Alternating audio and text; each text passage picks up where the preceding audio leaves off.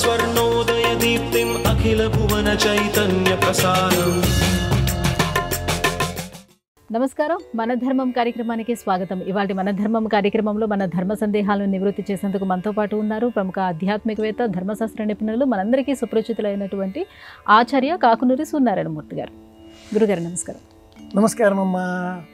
గురుగారు, ఇవాళ మన ధర్మం కార్యక్రమంలో మా మొదటి ప్రశ్న, పుట్టుమచ్చలు మన భవిష్యత్తుని నిర్ణయిస్తాయా? వీటిని ఏ రకంగా గుర్తించాలి? వీటికి సంబంధించిన విషయాలు ఏ శాస్త్రంలో ఉన్నాయి? తిల అంటే నువ్వు గింజ ఒక అర్థం. తిల అంటే పుట్టుమచ్చ అని కూడా. జ్యోతిష శాస్త్రంలో పుట్టుమచ్చల గురించి ప్రస్తావన ఒక ప్రత్యేకమైన అంశం. ఈనాటి కాలంలో కాంపిటీషన్ సక్సెస్ రివ్యూ లాంటి ఇతర గ్రంథాలలో కూడా మనం చూస్తూ ఉంటాం. వ్యక్తిత్వ వికాసానికి సంబంధించిన అనేక అంశాలు చెప్పేటటువంటి, నేర్చుకునేటటువంటి, తెలియజేసేటటువంటి సందర్భాలలో వ్యక్తి ముఖం, కళవళికలు, అభినయం, చూపులు, నాసిక, కనుబొమలు, చుబుకము, పెదవులు, చెవులు, సమస్త అవయవాలు వాటి అమరికని అనుసరించి ఇలా ఉంటే ఇలా ప్రవర్తిస్తారు, ఇలా ఉంటే ఇలా వ్యవహరిస్తారు అంటూ మోడర్న్ సైన్స్, ఆధునిక విజ్ఞానం తెలియజేస్తుంది. చిట్ట చివరికి మనం రాసేటటువంటి వ్రాత దస్తూరి కూడా చూచి అక్షరాలు ఇలా ఉన్నాయా, గ్రాఫాలజీ ఆ శాస్త్రం పేరు, ఇలా రాస్తే వీళ్ళు ఇలా ప్రవర్తిస్తారు అంటూ తెలియజేస్తుంది. ఇవి ఎలాగా ఈనాటి కాలంలో నిరూపణ అయి ఉన్నవో అలాగే అనాది కాలం నుంచి కూడా జ్యోతిషంలో, శకున శాస్త్రంలో అంతర్భాగంగా సాముద్రిక శాస్త్రం కూడా ఒకటి ప్రత్యేకం. అందులో అంగ సాముద్రికం, శరీర అవయవాదుల కదలికల వలన వచ్చేటటువంటి ఫలితాలు, అదురుపాటు వల్ల వచ్చే ఫలితాలు, వాటిల్లో ఒకటి ఈ పుట్టుమచ్చల శాస్త్రం. ఇది ఒక శాస్త్రమా, దీన్ని నమ్ముతారా అని కొందరు ఎప్పుడైనా ఎగతాళి చేసి ఉండవచ్చును కాక, తెలియక చేసిన మాట అవుతుంది అది. స్టాటిస్టిక్స్, గణాంక శాస్త్రాన్ని అనుసరించి ఈ శాస్త్రం కూడా ఇంతమందికి ఇలా ఈ పుట్టుమచ్చ ఇక్కడ ఉన్నందువలన వీళ్ళు ఇలా ప్రవర్తించి ఉన్నారు అని ఒక నిర్ణయం చేసి ఉన్నది. ఒక ఉజ్జాయింపుగా మనకు ఒక సలహా సూచన అందించే నిమిత్తమే ఈ శాస్త్రంగా స్వీకరించాలి. కానీ ఇందులో ఉంది ఖచ్చితంగా అని ఏ శాస్త్రం కూడా చెప్పదు. సూచన, సలహా మాత్రమే. ఎడమ భుజం మీద పుట్టుమచ్చ అఖండమైన ప్రజ్ఞ, అఖండమైన ధనం. కుడి నుదురు మీద పుట్టుమచ్చ అద్భుతమైన విజ్ఞానం, అంతులేనంత చదువు. పెదవి పైభాగంలో పుట్టుమచ్చ కుడివైపున అందం, ఆకర్షణ, వివాహపరమైన చిక్కులు. శరీరంలో ఉండే సమస్త అవయవాలలో ఏ భాగంలో పుట్టుమచ్చ ఉంటుందో ఆ భాగానికి సంబంధించిన ఒక గుణదోషాన్ని ఈ శాస్త్రం సవివరంగా తెలియజేస్తుంది. ఖచ్చితంగా కూడా ఫలితాలు నిరూపణ అయి ఉన్నాయి. ప్రతి పంచాంగంలో కూడా పుట్టుమచ్చలకు సంబంధించినటువంటి ఈ ఫలితాంశాలను మనం చూడవచ్చు. బల్లిపాటు శకున శాస్త్రం ఇలా చదువుతూ ఉంటామో ఆ పక్కనే ఉంటుంది ఈ పుట్టుమచ్చలకు సంబంధించిన శాస్త్ర విజ్ఞానం. ఆశ్చర్యంగానే కావచ్చు గాక అధిక శాతం ఇవి వాస్తవాన్నే సూచిస్తాయి. ఇలాంటి సందర్భంలో ఒకనాటి కాలంలో నేటికి కూడా ప్రాథమికంగా మనం పాఠశాల విద్య పూర్తి చేసే సమయంలో మన వివరాలు చెప్పాలి. తల్లి పేరు, తండ్రి పేరు, జాతీయత, పుట్టిన తేదీ, ఇవన్నీ చెబుతూ పుట్టుమచ్చలు, identification marks. 2, a mole on left temple. పుట్టుమచ్చ, మోల్ అంటారు ఆంగ్లంలో. ఒక పుట్టుమచ్చ ఎక్కడ ఉంది, ఒక పుట్టుమచ్చ ఇంకెక్కడ ఉంది, 2 పుట్టుమచ్చలు కనీసం చెప్పాలి. ఏవైనా అనివార్య, అనుకోని, అవాంతర, ప్రత్యేక, ప్రమాదకర పరిస్థితులలో ఎవరైనా పరంపదానికి వేంచేపు చేస్తే సాంఘికంగా ఒక పెద్ద ప్రమాదం ఉత్పన్నమై అందులో దేహం వెళ్ళిపోతే ఈ శరీరం ఎవరికి సంబంధించినది అని గుర్తించేటటువంటి తరుణంలో ఇప్పుడు DNA టెస్టులు మరింకేవో చేస్తున్నారు. అప్పుడు పుట్టుమచ్చలే ఆధారంగా ఉండేవి. ఈ పుట్టుమచ్చలు బెల్లం రంగులో లేత ఎరుపు రంగులో ఉంటే అద్భుతమైన ప్రయోజనాన్ని ఇస్తాయి. అలాగే ఈ పుట్టుమచ్చ నల్లటి నలుపు వర్ణంలో ఉంటే వ్యతిరేక ఫలితం ఇస్తుంది. ఇలా ఎంతైనా చెప్పుకోవచ్చు. గురువుగారు, ధనం సంపద ఈ రెండు పుష్కలంగా సమకూరాలి అని అంటే శ్రీచక్ర అర్చన చేయాలి అని అంటారు. నిజంగానే ఈ అర్చన శుభ ఫలితాన్ని ఇస్తుందా? తప్పకుండా ఇస్తుంది. విశ్వాసంతో చేసే ఏ పని అయినా అద్భుతమైన ప్రయోజనాన్ని మనకు చేకూరుస్తుంది. శ్రీ అంటేనే సంపద. శ్రీచక్రము సంపదకు నిలయం. 96 కోణాలతో ఉండేటటువంటి ఈ శ్రీచక్రాన్ని మనం అర్చన చేసేటటువంటి తరుణంలో అనేక అభిషేకాలు, కుంకుమారాధనలు, పుష్పారాధనలు, ధూపదీప ద్రవ్య సమర్పణలు ఇవన్నీ కూడా చేస్తూ ఉంటాం. ఇతర దేవీ దేవతాకంగా చేసేటటువంటి సందర్భాలలో అక్కడ ఒక మూర్తి రూపం ఉంటుంది. సాకారంగా ఒక విగ్రహాన్ని మనం దర్శించగలుగుతాం. ఇతర సందర్భాలలో ఉండేటటువంటి సమస్త యంత్రాలలో కూడా బీజాక్షరాలు ఉంటాయి.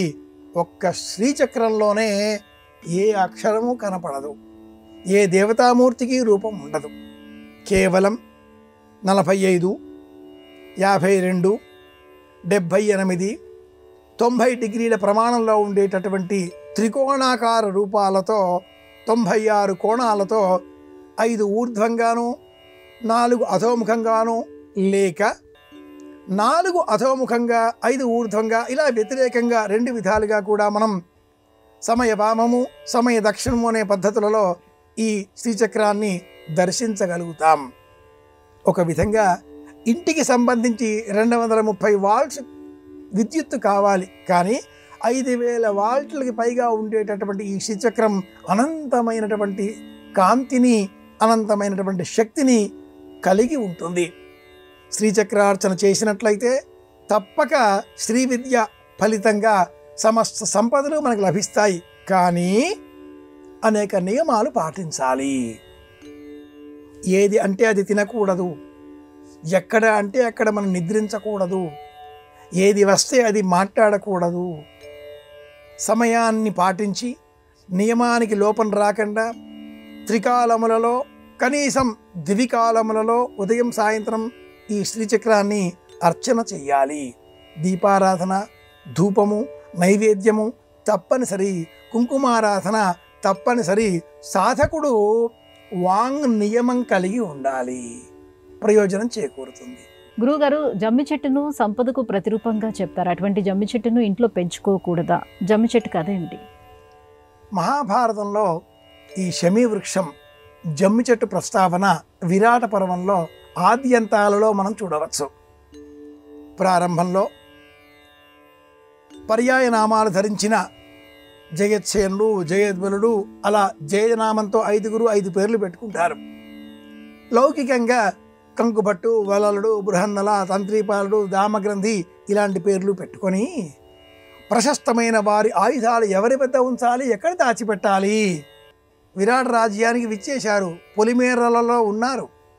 ఒకానొక శ్మశానంలో అతి పెద్దనైనటువంటి జమ్మి చెట్టు కొమ్మకు ఈ ఆయుధాలను ఒక మూటలో కట్టి ఆ కొమ్మకు వేలాడదీసి ధర్మరాజు నలుగురు వినేటట్లుగా ఉచ్చైస్వరంతో, ఇది మా అమ్మగారి పార్థివ దేహం, దించి కింద పెట్టి చూచిన వారికి తల పగిలిపోతుంది అన్నట్లుగా తీవ్రమైన పురుషజాలంతో ఒక మాట అంటాడు. ధర్మరాజు చెప్పిన 1వ అబద్ధం ఇది. ఈ సందర్భంలో మనం జమ్మి చెట్టును చూడవచ్చు. ఎక్కడ జమ్మి చెట్టు కనిపిస్తుందో అక్కడ విజయం ఉంటుంది. విరాట పర్వం చివరలో బృహన్నల విరాట్ రాజు కుమారుడైన ఉత్త రాకుమారుడిని వెంటబెట్టుకొని, అతడు ఉత్తరాకుమారుడు, మాట్లాడే సమయంలో ఉత్త రాకుమారుడు అని కూడా అంటూ ఉంటారు. అతడి సారథ్యంలో ఎవరైతే ఈ కౌరవ సైన్యం అంతా కూడా వచ్చి గోసంపదను హరించే ప్రయత్నం చేసి ఉన్నారో వారితో యుద్ధం చేసే సందర్భం ఏర్పడినప్పుడు మళ్ళీ ఈ జమ్మి చెట్టు సందర్భమే మనం చూడవచ్చు. ఎక్కడైతే ఈ జమ్మి చెట్టు ఉంటుందో అక్కడ విజయం. ధర్మరాజ కృత శమీ వృక్ష స్తోత్రం దసరా నాడు చదవాలి అంటుంది శాస్త్రం. అయితే ఈ చెట్టు అగ్ని వృక్షం. బ్రహ్మదేవుడు అగ్నిని సృష్టించిన తర్వాత ఆ సృష్టించిన ఆ అగ్ని బ్రహ్మదేవుడి చేతిని కాల్చేసే ప్రయత్నం చేయడంతో బ్రహ్మదేవుడు జమ్మి చెట్టు పుట్టించి ఈ అగ్నిహోత్రుడిని నియంత్రించాడు. అగ్నిలో ఉండే ఆ తేజస్సు జమ్మి చెట్టును చేరడంతో ఆ అగ్నిహోత్రుడు శాంతించాడు. ఈ జమ్మి చెట్టు తీవ్రమైన అగ్నితత్వాన్ని సంతరించుకుంది. ఎక్కడ ఈ జమ్మి చెట్టు ఉంటుందో అక్కడ నీటి ఛాయలు ఉంటాయి. అది మొదలుగా ఈ జమ్మి చెట్టు శ్మశానాలలో పెరగడం, ఎవరూ కూడా జనసంచారం లేని చోట పెరగడం ప్రారంభం కావడంతో గృహాల్లో పెంచుకోకూడదు అనేటటువంటి చట్టాన్ని ప్రాచీన ఋషులు స్మృతికారులు తెలియజేశారు. అగ్నిహోత్రాన్ని సృష్టించే సమయంలో అరణి అనే ప్రయత్నంతో 2 చెక్క ముక్కలు ఉంచి ఇలా దారంతో చుట్టి అగ్నిని సృష్టిస్తారు. అందులో దిగువన ఉండేటటువంటి చెక్క ఈ జమ్మి చెట్టుకు సంబంధించింది. ఇది నేపథ్యం. గురుగారు, ఏదైనా వ్రతం, పూజ, నోము, ఆలయ దర్శనం చేసేటప్పుడు మనం ప్రదక్షిణలు చేస్తూ ఉంటాం కదా, ఇలా ప్రదక్షిణం చేయడంలో ఆంతర్యం ఏంటో తెలియజేస్తారా? ప్రదక్షిణ అంటేనే ఏదో ఆశించి చేసేటటువంటి పని. ఒక్క అయస్కాంతం మీద చిన్న ఇనప ముక్క వృత్తాకారంలో అలా అని తిప్పితే కాసేపు అయిన తర్వాత ఆ ఇనప ముక్క అయస్కాంతంగా మారిపోతుంది. సూర్యుని చుట్టూ భూమి ప్రదక్షిణ చేస్తుంది. భూమి తనకంటే పెద్ద శక్తి ఈ సూర్యుడు కనుక ప్రదక్షిణ చేస్తుంది. ఆకర్షణ. ఎక్కడ శక్తి ఉంటుందో ఆ శక్తి చుట్టూ ఇతరులంతా కూడా ఆకర్షణతో వస్తారు కదా. అలాగే భూమి చుట్టూ చంద్రుడు ప్రదక్షిణ చేస్తున్నాడు. ఆకర్షణ. ఆలయానికి వెళ్ళిన మనం మనకంటే కూడా పెద్ద శక్తి ఈ ఆలయంలో ఉన్నది అనేటటువంటి స్థిరమైన విశ్వాసంతో ఆ దైవం చుట్టూరా ప్రదక్షిణ చేస్తూ ఉంటాం. మనలోనే గొప్ప శక్తి ఉన్నది. మన మనస్సు దైవం.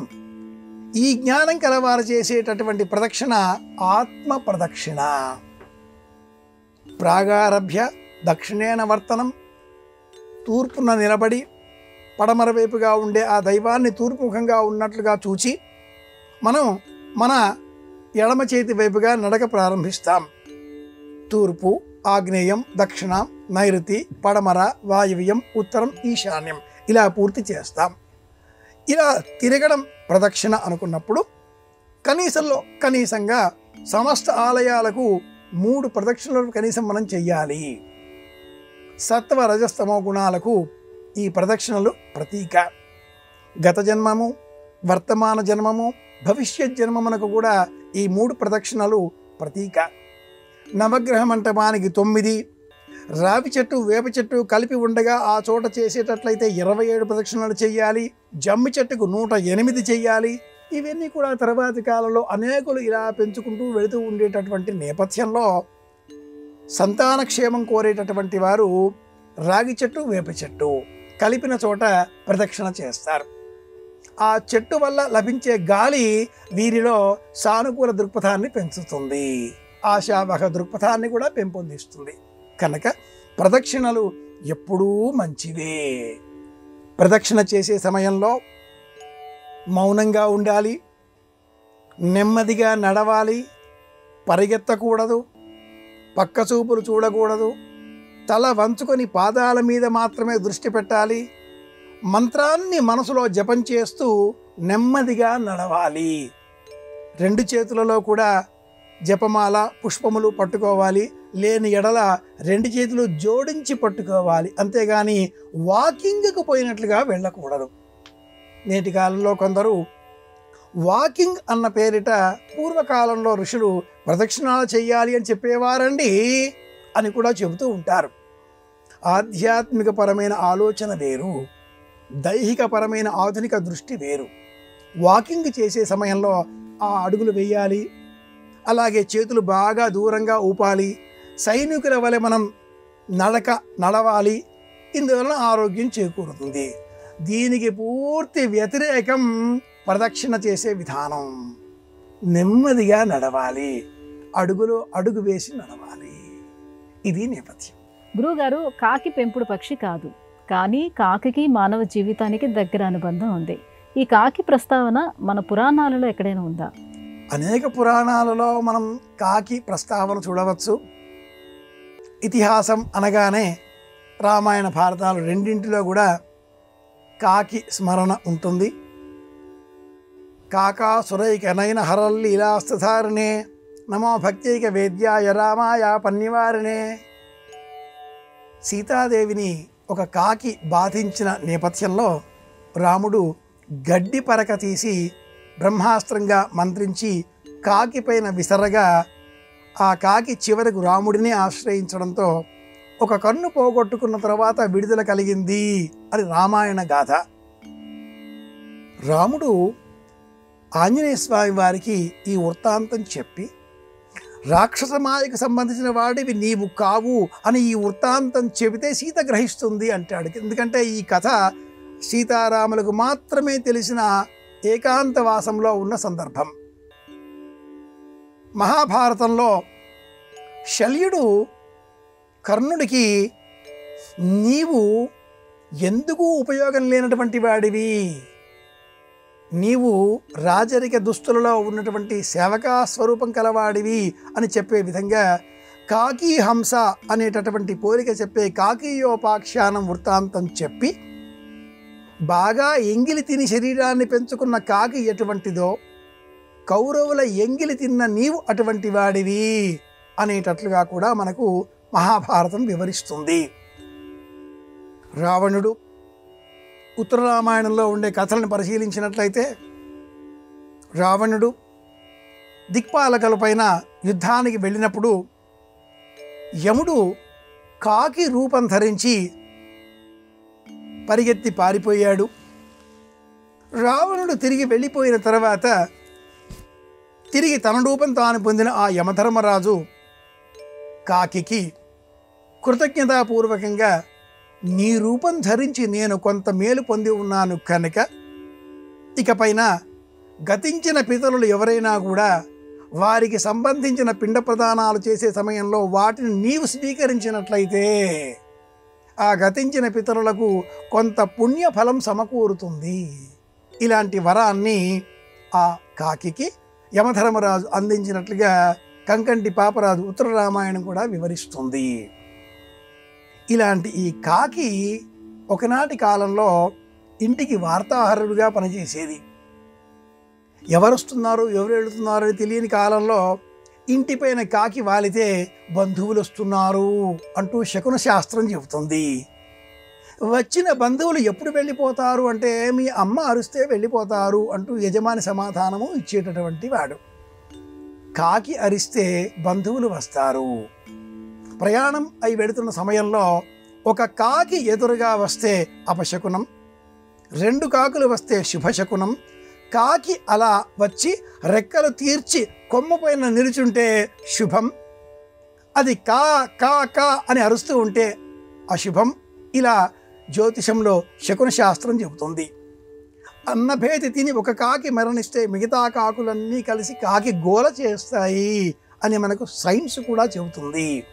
అలాంటి కాకి కారకంగా అనేక వృక్ష జాతులు సదా పెంచి పోషింపబడడం మనం గమనించే అంశం. ఒక రాజుగారి కథలో ఒక చెట్టు పైన కాకి కొన్ని గుడ్లు పెట్టుకొనగా ఒక సర్పం వచ్చి ఆ గుడ్లు తినేది. చెట్టు కింద పుట్టలో పాము. ఆ కాకి బాగా ఆలోచించింది. రాజుగారి ఇల్లాలు స్నానం చేసే సమయంలో ఒడ్డు పైన పెట్టిన ఆ నగ తీసుకువచ్చి ఆ పుట్టలో వేసింది. సైనికులు వచ్చారు, పుట్టను తవ్వారు, పామును చంపారు. కాకి తన గుడ్లను ఇలా కాపాడుకుంది.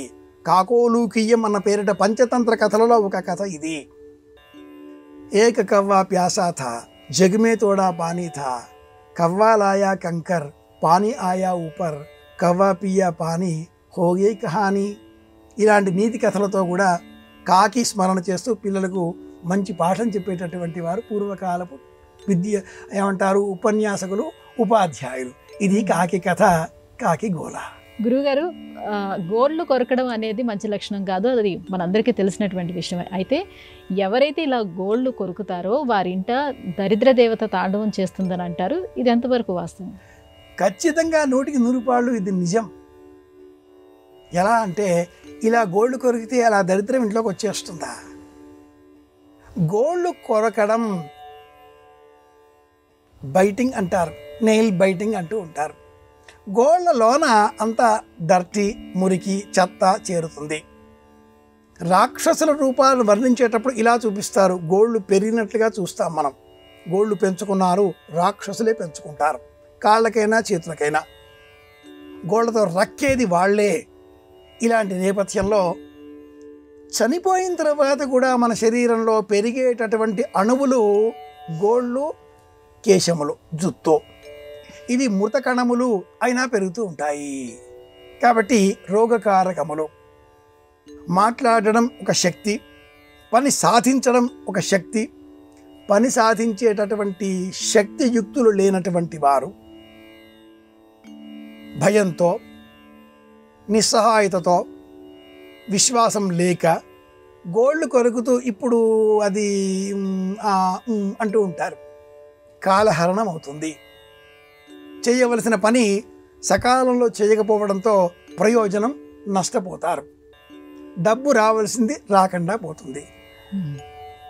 తమకు శక్తియుక్తులు కలిగినప్పుడు, తమ పని పట్ల తమకు విశ్వాసం కలిగినప్పుడు, ఒక స్ఫూర్తితో పనిచేసినప్పుడు, అధికారి ఏదైనా డబ్బు ఇవ్వలేకపోయినప్పుడు విశ్వాసంతో ఉన్నవాళ్ళు వెళ్ళి మాట్లాడతారు, అడుగుతారు. నెయిల్ బైటింగ్ చేయరు. ఇలా చేస్తూ ఉంటే డబ్బు రాదుగా. దరిద్రం అంటే ఇదే. చెప్పవలసిన ఆ పనిని చెప్పే సమయంలో చెప్పలేకపోవడం దరిద్రం. చెయ్యవలసిన పనిని సకాలంలో చెయ్యలేకపోవడం దరిద్రం. కనుక గోళ్ళు కొరకడం దరిద్రం, దరిద్రం, దరిద్రం. ఇది సమాధానం. గురువుగారు, అరచేతి రేఖలలో 13 స్థానాలు ప్రధానమైనవి అని చెప్తారు. అవి ఏవి? అరచెయ్యి ఎవరికి వారు చూసుకుంటే ఈ అరచెయ్యి కారకంగానే డబ్బు ఇస్తాం, డబ్బు తీసుకుంటాం. యాచనామోఘ వరమధిగుణే నాథమే లబ్ధకామా మేఘదూత మహాకావ్యం. ఈ అరచేతిలో ఉండే ఆ 13 స్థానాలు ప్రధానమైనవి మణిబంధన రేఖలు. ఈ దిగువన ఇది ఒక స్థానం. ఈ రేఖలు అడ్డుగా తీగల వలె ఉండి మళ్ళీ వాటికి ఇలా ఖండన రేఖలుగా ఉంటే అనేకములైన మణిమయమైనటువంటి ఆ కంకణములను వారు ధరిస్తారు. ఈ రేఖలు చెబుతాయి. వీటితో పాటుగా అరచేతిలో ఉండే ఆ మిగతా 12 స్థానాలు కూడా విద్యాస్థానం, కళత్రస్థానం, ధర్మస్థానం. ధర్మస్థానం ఈ అరచేతిలో ఉండే బుద్ధిరేఖ దిగువన ఉండే భాగ, ఇది ధర్మస్థానం. శూన్యస్థానం ఈ చూపుడు వేలికి బొటన వేలికి మధ్యన ఇలా 90 డిగ్రీలుగా ఉండాలి. చాలామందికి ఇలా రాదు. ఇలా వంకరగానో లేదా ఇంకా ఎక్కువగా అంటే 120 డిగ్రీస్గా ఎక్స్పాండ్ కావడమో ఉంటుందే కానీ ఇలా ఖచ్చితంగా 90 డిగ్రీలు ధర్మాన్ని పాటించేవారు ఇలా ఉంటారు అంటూ ఈ శాస్త్రం చెబుతుంది సాముద్రికంలో. కళత్ర స్థానం అనగానే 13 ఇది కూడా చాలా గొప్ప స్థానం. చిటికెన వేలికి దిగువన ఉండేటటువంటి స్థానం కళత్ర స్థానం. భార్య, భర్త. ఆడవారి చెయ్యి అయితే భర్త, మగవారి చెయ్యి అయితే భార్య. అడ్డు గీత ఉంటుంది. ఆ గీత ఇలా కొద్ది దూరం వచ్చి దిగువన వాలిపోతే వారు వారి భార్య లేక భర్తకు సరెండర్ అయిపోతారు. పూర్తిగా ఆ రేఖ పైకి వెళ్ళింది, విడిపోతారు త్వరలోనే. ఈ పైన ఉండేటటువంటి నిలువు గీతలు సంతాన రేఖలు అని పలువురు చెప్తూ ఉంటారు. అవి సంతాన రేఖలు కావు. నిజమైన సంతాన రేఖలు చిటికెన వేలి మధ్య భాగం. ఇది స్థానం, సత్సంతాన స్థానం, పుత్రస్థానం. చిటికెన వేలి మధ్య భాగంలో నిలువు గీతలు ఎన్ని ఉంటే అంతమంది కుమారులు. పుత్రికా స్థానం మధ్యవేలు, శనికి సంబంధించిన వేలు. ఈ మధ్యవేలిలో మధ్య కణుపులో ఉండే గీతలు ఇది పుత్రికా స్థానం. వివాహ సమయంలో విష్ణుర్యోనిం కల్పయదుత్వష్టా రూపాణి విగుంశతు ఆశించతు ప్రజాపతిర్ధాత గర్భం దధాతుతే ఇలాంటి మంత్రాలు చెప్పే సమయంలో ఇల్లాలు చేయి బుచ్చుకొని భర్త ఆ అగ్నిహోత్రం చుట్టూరా తిరుగుతూ ఉంటాడు. అలా తిరిగే సమయంలో ఇల్లాలు తన చిటికెన వేలిని అందిస్తే పుత్ర సంతానం ఆశిస్తున్నట్లు, చూపుడు వేలు మధ్య వేలు అందిస్తే పుత్రిక కావాలి అని ఆశిస్తున్నట్లు. ఇలాంటివి కూడా చెప్పేటటువంటి వారు ప్రాచీనులు. ఇవన్నీ కూడా అరచేతిలో ఉండేటటువంటి స్థానాలు. సోదర స్థానం, భ్రాతృస్థానం, శత్రుస్థానం, ఇవి 7, 8, 9 స్థానాలు ఈ రెండింటి మధ్యన ఉంటాయి వరుసగా. ఈ నేపథ్యంలో అన్నింటికీ మూలం అరచెయ్యి. ఈ చేతిని ఇలా ముడిచిపెడితే గర్భంలో ఉన్నప్పుడు ఎలా ముడిచిపెట్టామో అలా గీతలు ఏర్పడతాయి. వీటిపైన ఓ శాస్త్రం, దానికో ధర్మం అని కూడా వెక్కిరించేటటువంటి వాళ్ళు ఈనాటి కాలంలో పెద్ద పెద్ద వాళ్ళే ఉన్నారండి. వారి ఆలోచనలు వారి మట్టుకే. శాస్త్రం ఎప్పుడు శాస్త్రం కాకుండా పోదు కదా. శాస్త్రంలో ఏముంది, అది కూడా ఒక వేల సంవత్సరాలుగా అనూచానంగా వస్తున్న స్వరూపమే కదా. వేదాంగమైనటువంటి జ్యోతిషంలో అంతర్భాగమే కదా. నిర్లక్ష్యపరచకూడదు. ఈ రేఖలు గర్భంలో ఉన్నప్పుడు నిజమే 5వ నెలలో భుగం సవనమసి అన్నప్పుడు ఏర్పడతాయి అంటుంది వేదం. అలా ఏర్పడ్డ ఈ రేఖలు ప్రతి 6 నెలలకు ఒకసారి మారుతూ ఉంటాయి. ఎవరికి వారు చూసుకోవచ్చు. చంద్రభాగలో ఈ బీజం ఆరంభం నుంచి కేతు స్థానం నుంచి ఇలా నిలువు రేఖ ఏర్పడితే విదేశీ నివాసాలకు సంబంధించిన రేఖ. స్థానం అది 13 స్థానాలు. ఆయుర్దాయ స్థానం, హృదయస్థానం, బుద్ధిస్థానం, విద్యాస్థానం, ఉంగరం వేలి దిగువన ఉండేటటువంటి నిలువు గీత విద్యాస్థానం వెరసి అరచేతిలో 13 స్థానాలు ఉంటాయి. ఈ రేఖలు మారుతూ ఉంటాయి ప్రతి 6 నెలలకు ఒకసారి. ప్రధానంగా కనిపించేటటువంటి 3 రేఖలు మారకపోవచ్చు, కానీ ఆ రేఖల పైన బిందువు, ద్వీపాలు, ఖండన రేఖలు, లేతగా ఉండేటటువంటి వలయాకారాలు, వృత్తాలు, సమచతురాలు, త్రికోణాలు అనేకం ఈ రేఖలపైన ఏర్పడుతూ ఉంటాయి. గమనిస్తే ఈ సాముద్రిక శాస్త్రం ఒక సముద్రం వంటిది కనుక 13 స్థానాలు అరచేతిలో ఉండగా వాటిని గమనించి అనుకూలంగా ఉండే విద్యాభ్యాసం చేస్తే ఆ విద్యలో అతడు ఉన్నత ప్రమాణాలను చేరుకోగలుగుతాడు. ఇది విషయం. గురుగారు, ఇవాళ మన ధర్మం కార్యక్రమంలో మాకు వచ్చినటువంటి ధర్మ సందేహాలన్నీ కూడా నివృత్తి చేసినందుకు ధన్యవాదాలండి. కృష్ణార్పణం. ఇది ఇవాళ మన ధర్మం కార్యక్రమం. రేపు మన ధర్మం కార్యక్రమంలో మళ్ళీ కలుసుకుందాం. నమస్కారం. ఈ కార్యక్రమాన్ని తిరిగి చూడాలనుకుంటే www.youtube.com/@ETV Life Spiritual లో చూడవచ్చు.